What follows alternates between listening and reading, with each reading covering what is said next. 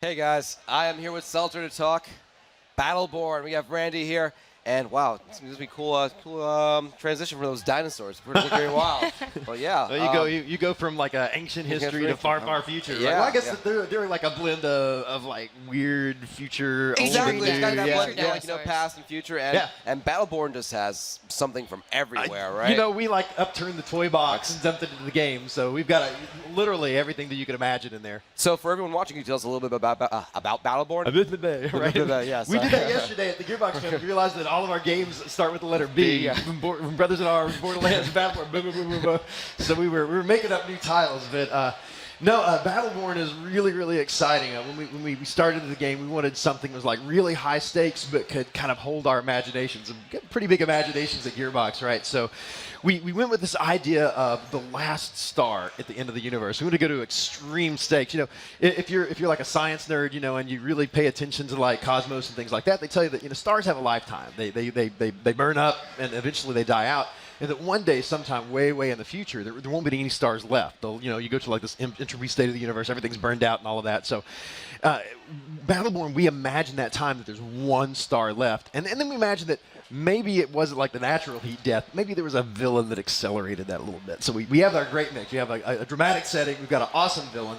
And so you imagine that in that universe, in the far future, you have all these beings that could get on spaceships or teleport or whatever they do to get to the place, have all kind of surrounded the last star, almost like they're Alamo. It's the last stand, right? But these are different beings from different places and different races and all of that. And they've had a little bit of a war-torn history themselves. So, at the heart of Battleborn, the name Battleborn, it really celebrates these heroes from among those beings who are able to set aside those deep-seated kind of differences that drove them to war in the past and recognize the one true enemy and are trying to save the last star in the entire universe. So pretty big stakes. Pretty epic. Right. So in terms of gameplay itself, I've played a good bit of Battleborn myself, Awesome. which is awesome. You're so lucky. It's actually really cool. The characters are awesome. Wait till we see it. But I mean, what is the gameplay like for someone who's like jumping in for the first time when they jump into Battleborn? What are they going to experience? Sure. I mean, it is you've played it. It's a first-person shooter at the very heart. When you get in, I mean, you're playing from the first-person controls. You see your arms, or you see your guns, or whatever it is, or your swords in our game. Yes. Everything that you could possibly see for your character view model, we've got a version of that. But it starts there, and then it kind of really goes where we went. It takes like a little bit of what we did with Borderlands, a little bit what we've seen in other games, especially some of the MOBAs, some of the other shooter games, some of the other RPGs, and kind of mushes it all up. We love at Gearbox to just kind of put it all up in the stew and stir it together and see what comes out, and Battleborn is certainly no exception there. At the end of Borderlands 2, we were really excited. One of my favorite things to do in Borderlands 2, you guys have played of course, right? And it was true in the pre-sequel and in the Handsome Collection and all that as well. But I worked a lot with the character designers in Borderlands, and we loved making the talent trees. And one of the things that was really cool as a developer, is we can put in a code and I got reset talent tree, make a new one. So you get to try all of like the end extreme abilities. Oh, that's cool. That combination's cool. And when we started Battleborn, we're like, you know what? What if we could take that experience and make that into like a match level length? So instead of over 30, 40 hours, slowly unlocking the talent tree and getting that great kind of standard RPG growth that we've experienced in so many games over the years, what would happen if we did that like a quick session and give you that kind of same experience that we have kind of as insiders of really getting to play with all of that? And we saw some other games, certainly the MOBAs were doing kind of similar type of things with very fast in-match growth. And we kind of took several of those ideas and mashed them together and ended up with this Helix system that you played with. We'll probably take some looks at later. Yeah, it's cool. Like, it's level up quickly. You're choosing like one of two skills and how they're going to interact with like not only your skills but the skills of the fellow players you're playing with, and it's really cool. So yeah, absolutely. I think yesterday at the Gearbox panel we were throwing out some math, and you have 10 levels every time you're in a match. You start at level 1, you play to level 10, and that's true whether you're playing competitively or you're playing in our story missions. You're playing, and this is what's kind of weird. You play a lot of FPS campaign games, and you get progress by I just got a new weapon, or here's the grenade launcher, here's the part where I get the rocket launcher. Battleborn, you pick from one of the 25 characters we're going to have it release, and you can pick every time you play a different map, a different level, even through a playthrough of the story once. And you're starting with that new character at level 1, and you level up 10 times in the course of the mission, and every time choose between 2 abilities. So there's even with just that, that's where we stop, there's 1,024 combinations per character, and those combinations can be pretty different, and they synergize in different ways and all of that. When you multiply that times 5 team members, or times 25 characters and 5 team members, you start to get up to, in the tens of thousands, the millions of combinations. And then we've got some, our typical Gearbox tricks. We've got some loot and some gear that will pop in there, and some different ways to customize your character and tune it even further as you play along. I think when we got all of our numbers together, where we're sitting right now, we're looking at like 49 billion combinations of the way you can build out your character and team. So it's 7 unique combinations for every person on the planet Earth. So you can find your 7. Wow. So what are we checking out here? Oh yeah. Oh.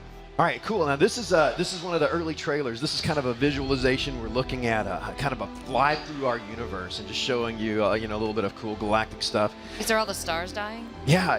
You see that, and we get into this the last system and the last star in the entire universe. What you see on screen right now is the name of our star is Solus, S-O-L-U-S, and now we're going to look at one of the planets there. Solus has several planets around it, so we have 5 factions in our game that the story centers around and the characters come from, and we can talk about those later. But they're kind of at war and kind of together, and you can see some themes. We have like you're playing right now is Oscar Mike. That's what we're seeing on the camera right there. And if you look at the bottom left corner, you can even see kind of a quick silhouette for him, what he looks like in third person. He's kind of this great everyman modern soldier type of guy, assault rifle, and he's really, his name is Oscar Mike. Right. So on mission, I am Oscar Mike. He's got the crazy missile like superpower too. Oh right? my gosh! Yeah, he turns his gun sideways and does this laser targeting for this it's like orbital bombardment, which is just nuts. It's absolutely sick. Is that one of his final moves that you have to work towards level 10? Yeah. So at level 5, all our characters unlock their ultimate ability, right? And it's usually something pretty big and epic and awesome. It's different for every character and all that. Oscar Mike's is an airstrike, and in the Helix system, you can do a couple of things to even change that up. Like when you first get it, it's this big, broad, wide barrage of an airstrike. You can take what we call an augmentation, one of the choices on the Helix later, and you can change it up so that everybody in the airstrike gets slowed. So if you have a wave of enemies running at you, can slow them down, and then your snipers can pick them off.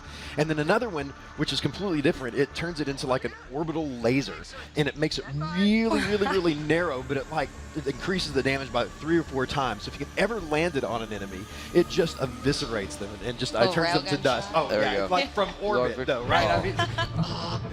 It's really awesome. So you're seeing here, this is one of the story missions that we went to last year, and this is on the planet TEMPEST. The TEMPEST is kind of the home world of our faction called the JENNERIT faction, and they're kind of our Sith Lords, evil empire, space vampires, whatever you want. You got to have one of those, of course. Right? You got to have space vampires. And they've got a really interesting history. You'll see if you've seen some of the other trailers. You'll probably look at it in the game in a little bit. We've got this great villain that comes from them, a guy named Rendane, who was originally kind of working with all the factions, and kind of at the last hour has changed his mind and has sided with this dark, evil enemy empire called the Morelsi, who have come from another dimension, and they're the ones who are actually speeding up the death of stars. They're what we call darkening them. Those are the ones really sure what's happening with them, whether they're being destroyed or they're being sucked away or stolen or whatever.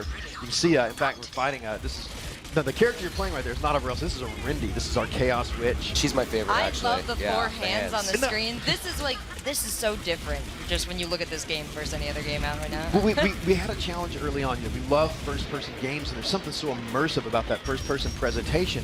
But the difference between like first and third is you don't get to see these really cool characters all the time. We had the same struggle with Borderlands, and we did a lot of cool things in Borderlands. When you go to menus and all, you can see your character and all of that. But we wanted to be sure in our game that what is presented in that view in first person that you're seeing all the time looks awesome and looks distinct and looks unique for the character and really shows it off. And Arendi is one of my favorite examples of that. Here you see another example of, again, another one of the environments. So Ekinar is actually the home of the Eldred faction. They're kind of our nature magic faction. If you've seen Thorn, our elven archer, we've I think, announced a little character called Boulder, who's a dwarf with an axe in his shoes. We have the elf and the dwarf. I mean, we have all the archetypes in this game, right? But Ekinar is normally this big, green, lush, jungly planet. We might see some views later, but this is actually kind of one of the outback of Ekinar. This is a desert map. And you see, there's some, of course, like every great sci-fi planet, we've got these ancient ruins of civilizations that were there tens of thousands or million years ago. These are actually called the Aztanti figure in. And this is probably the only time you're ever going to hear that word spoken. I don't know if we would talk about it in game. It's a secondary lore thing that if you're a lore nerd and really like to do that, we've got some of that buried around the game, so you can dig into the character of the story and the universe and all of that and really find this stuff. And you guys always make sure to take care, make sure that's well established and it's deep enough for someone who wants to dive into there, it's there for them. I'm the guy. This is kind of a dream project for me because I'm finally getting to nerd out all my I grew up playing D&D and building these big worlds and all that. I've got like this 300 or 400 event timeline back on my desk at work. Literally, the title of it is the history of the end of all things. And I've got like 20,000 years of history in our universe and all that. Not with all the guys at Gearbox right there back there rolling their eyes at me. Well, you know this more intimately than anyone. I mean, is there part of the story that you feel personally connected to that you feel like, well, obviously all of it, but what did you put in for yourself? Oh my gosh, there's some really cool parts. I think every character, we've talked about this several times, it feels like the character of their own game. It could be a headliner character into the game, and I've poured so much of my heart and soul, and so has our writer Lindy and all of our designers in doing that. But there's a couple of characters that are really kind of personally meaningful to me. The one called Phoebe. Phoebe, if you've seen her, she's she's kind of the little princess. She's in our faction, the Last Light Consortium, which are kind of our high technical robot Tron steampunky wielding warmongers. They build all the war machines for the universe and sell them to the highest bidder and all that. And Phoebe has this great, kind of Victorian hoop skirt and wields these scimitars and these blades and all of that. And she can throw them. Her sword, and this is one of those great things, one of the great little tricks I get, being creative director. I get one of these every once in a while. The sword is named Adonexus, and actually named by my daughter. She had a character and had that was really sword, and came up with that later. And I love that. I get to be able to insert there, but it's a big floating mage blade, and so I get to kind of share that with my daughter and my family as kind of our little secret and all that. So that's really cool. Ambra is another character that's really awesome when you're looking at her on the screen right now. Yeah. Oh, that skill tree looks beautiful, by the way. That's so intuitive. It's the helix, and it's really easy. Like if you're playing on the console, right, it's just like D-pad up, it brings it up, and then just right or left bumper. So we really worked to optimize that for quick gameplay choices.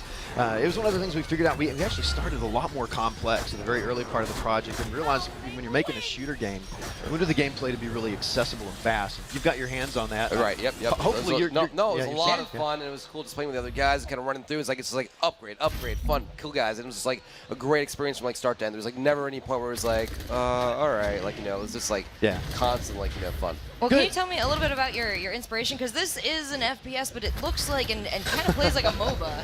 Well, there are definitely some MOBA elements in it, in the mix. There's also some MMO elements in it. There's some tower defense elements. There's a lot of Borderlands influence in it. You can see kind of all the things mixed together. It'd be, a lot of people call it a MOBA. We definitely have some synergy with that on the leveling up. We even have we just dove into it. There's a company called Minion Robotics that's a subsidiary of the LLC that makes all the little minions. You'll see a lot more of those as we show and talk about competitive gameplay in the coming months. The inspiration, MOBA really is leveling up, but you almost see like here when you're playing co-op against the team, you see our characters working together, and we almost went back to MMOs to look at like the archetypes. When you're playing through story missions, we definitely have the defender type of characters, all your tanks. We have support characters. Miko is a great example. Ambra that we saw there for a little bit. Even though she can throw out these big sun spheres and balls and damage enemies, she can set up really great healing pools and all of that. And then we have Benedict's a great example here of our killer characters. Benedict is awesome because we codenamed internally Rocket Hawk. When we first conceived him, right, and he's a hawk with a rocket. But when we first came up with Benedict, we wanted to kind of dive into some of those classic shooter tropes, and rocket jumping is really cool. Right. So give a dude a rocket. Well, what can we do that's cooler than rocket jumping? We'll make him a hawk. Give him wings so that when he's up in the air. You guys just went wild. Right. Were you guys just slamming back drinks like he's gonna fly, but he's gonna have a rocket? I mean, it's funny you say that. It's kind of how it works at Gearbox. We get on a wild tear all the time. Yeah, in fact. Oh man! But MELLKA is one of our principal story NPCs. She's really cool. She's a good mix between kind of ranged combat, and she has a great melee blade. It's a switch back and forth, but a lot of fast movement. A lot of up and down. She can jump and then stealth while she's mid-air. It's awesome and competitive. A really great way to control people. Can you tell us about more like what people can expect from the single player or the story elements, like in terms of is it gonna be will people be playing through the same stage a lot to kind of grind for cool loot, or will it be a new game plus kind of experience? What's that experience gonna be like for players? It sounds kind of weird to say it, and I know other developers have made this claim too, but we've kind of tried to support every way you could possibly think to play this game, right? If you consider the awesome 25 characters we have as a base, right, we wanted to continue just to layer different ways. So if you're a competitive guy, we've got that. We've got 3 modes, we've got maps on that, a lot in the different times, and different objectives and all that, different ways to play. In story, I think we've got something that that is both familiar and a little bit unique, right? There certainly is kind of an initial campaign. There's a story that goes on in that you're gonna play a prologue mission, and you're gonna get the setup for the universe, and there's kind of a moment that like I've won this chapter, right?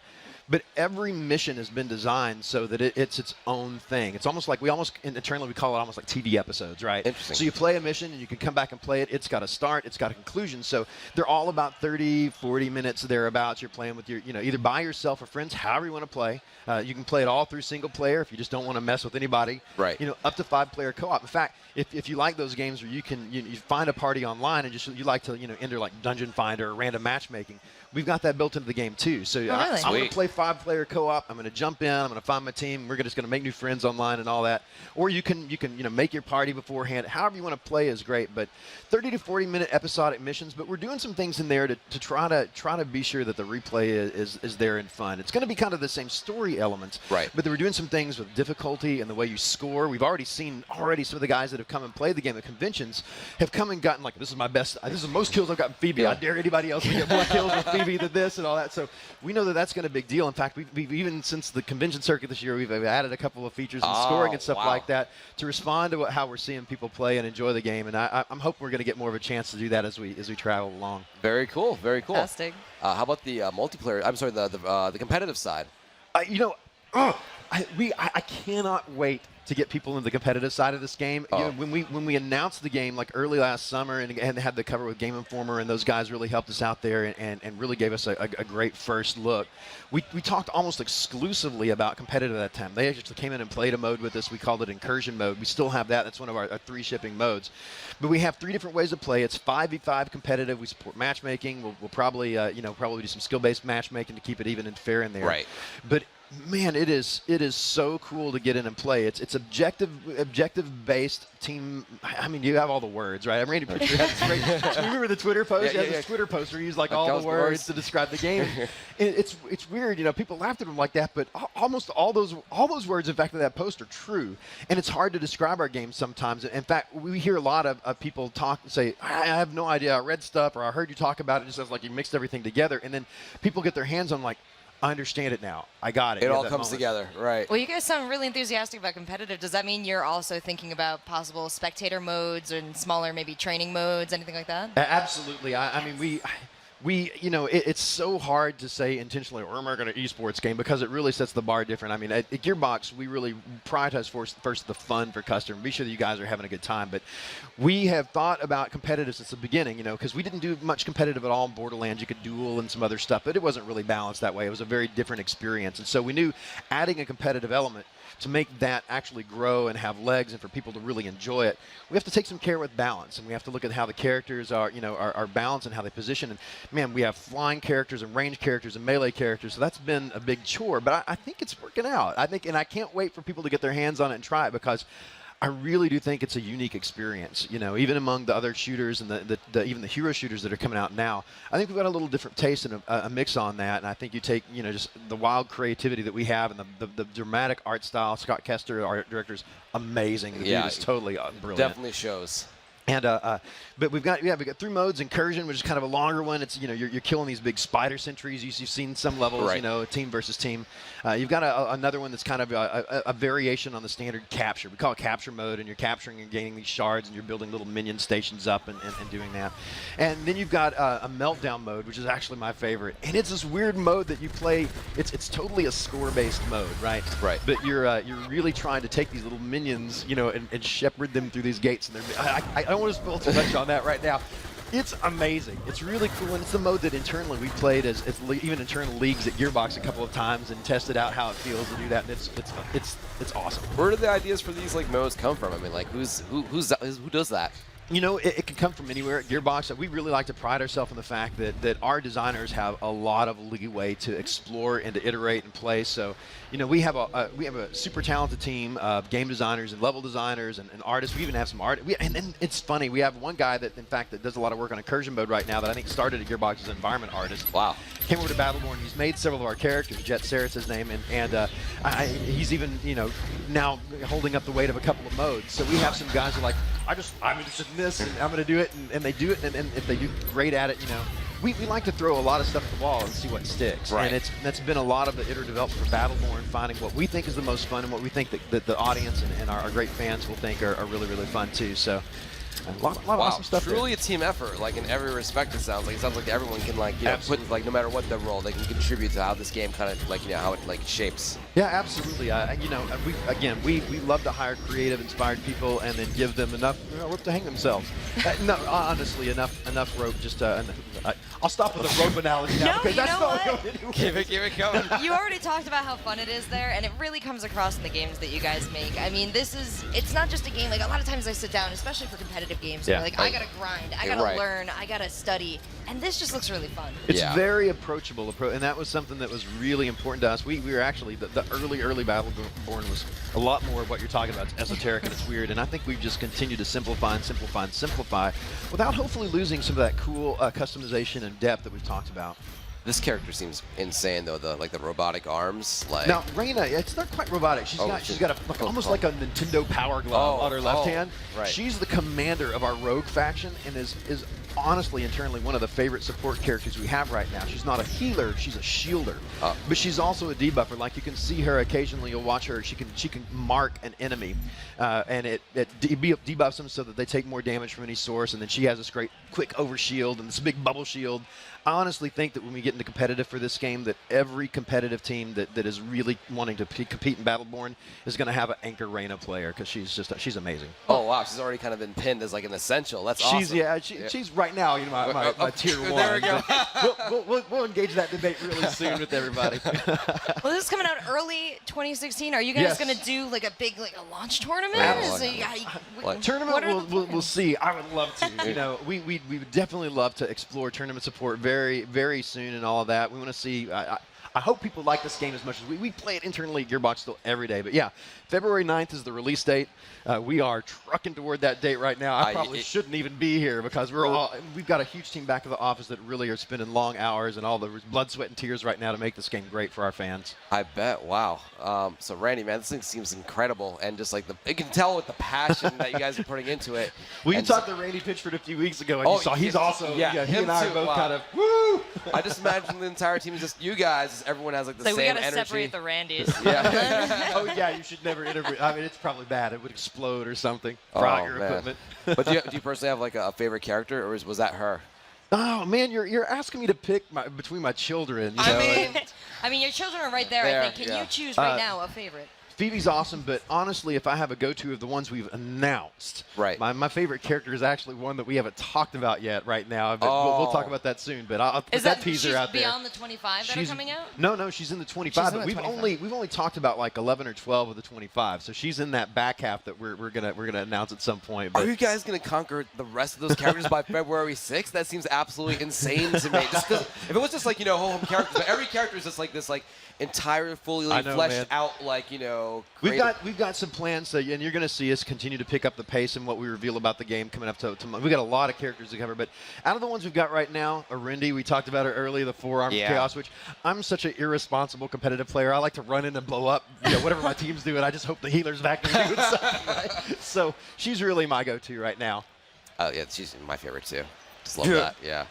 I want to play the Rocket Eagle, Rocket Hawk. Benedict. Rocket Hawk. Benedict. The Rocket Hawk. Yeah, he is. Yeah, he's cool. You can get up in the air and then rain death down from below. I haven't seen him from like a third-person perspective, or as another player. Is he like actually like a hawk? Yes, dude. Yeah, he has like 2 awesome wings. One of them is kind of wounded a little bit because we can't like fly forever. That right. Would, break things. But yeah, I mean he does that, and his wings sweep up when he gets airborne. He can actually do a move where he launches himself in the air, or he can rocket jump into the air, or he rocket jump and then launch himself. So lots of combinations. But he has a move where he can like sweep his wing backs and actually knocks players back in competitive and all. So it's really cool. A lot of ways to play it. But yeah, he he has wings and arms and legs, so I guess he's kind of a 6-legged being, when you want a 6-limbed being. Well, you talk about what he can do in competitive. Are there going to be things that you can do in the story mode that aren't analogous to competitive play, or is the gameplay very similar? Good question. There's a little bit of similarity, but certainly when you get into the story mission, we do a little bit more with mini bosses and big enemies and some variety that you just won't have. In competitive, you get a little bit of that, like when you're taking down a spider sentry on an opposing team.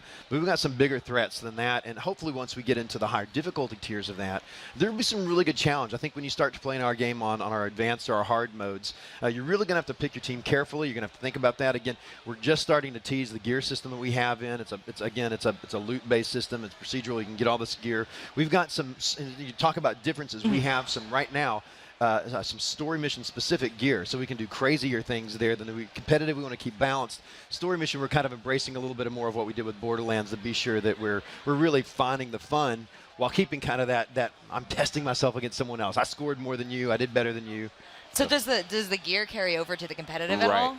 You can use, so we have a general set of gear that can be used in either mode. You know, if you find a good piece of gear, awesome. And that can be used in competitive or story mission in a specific subset right now. And again, this is a little pre-launch, but this is where we are right now. It's feeling pretty cool. Right. But that story mission gear you can only use in story mode, and it can be like a smart bomb. You know, I want to nuke all the enemies in the visible range and all of that. You can't really do that in competitive without people getting really, really whiny about it. Yeah, so. that wouldn't work.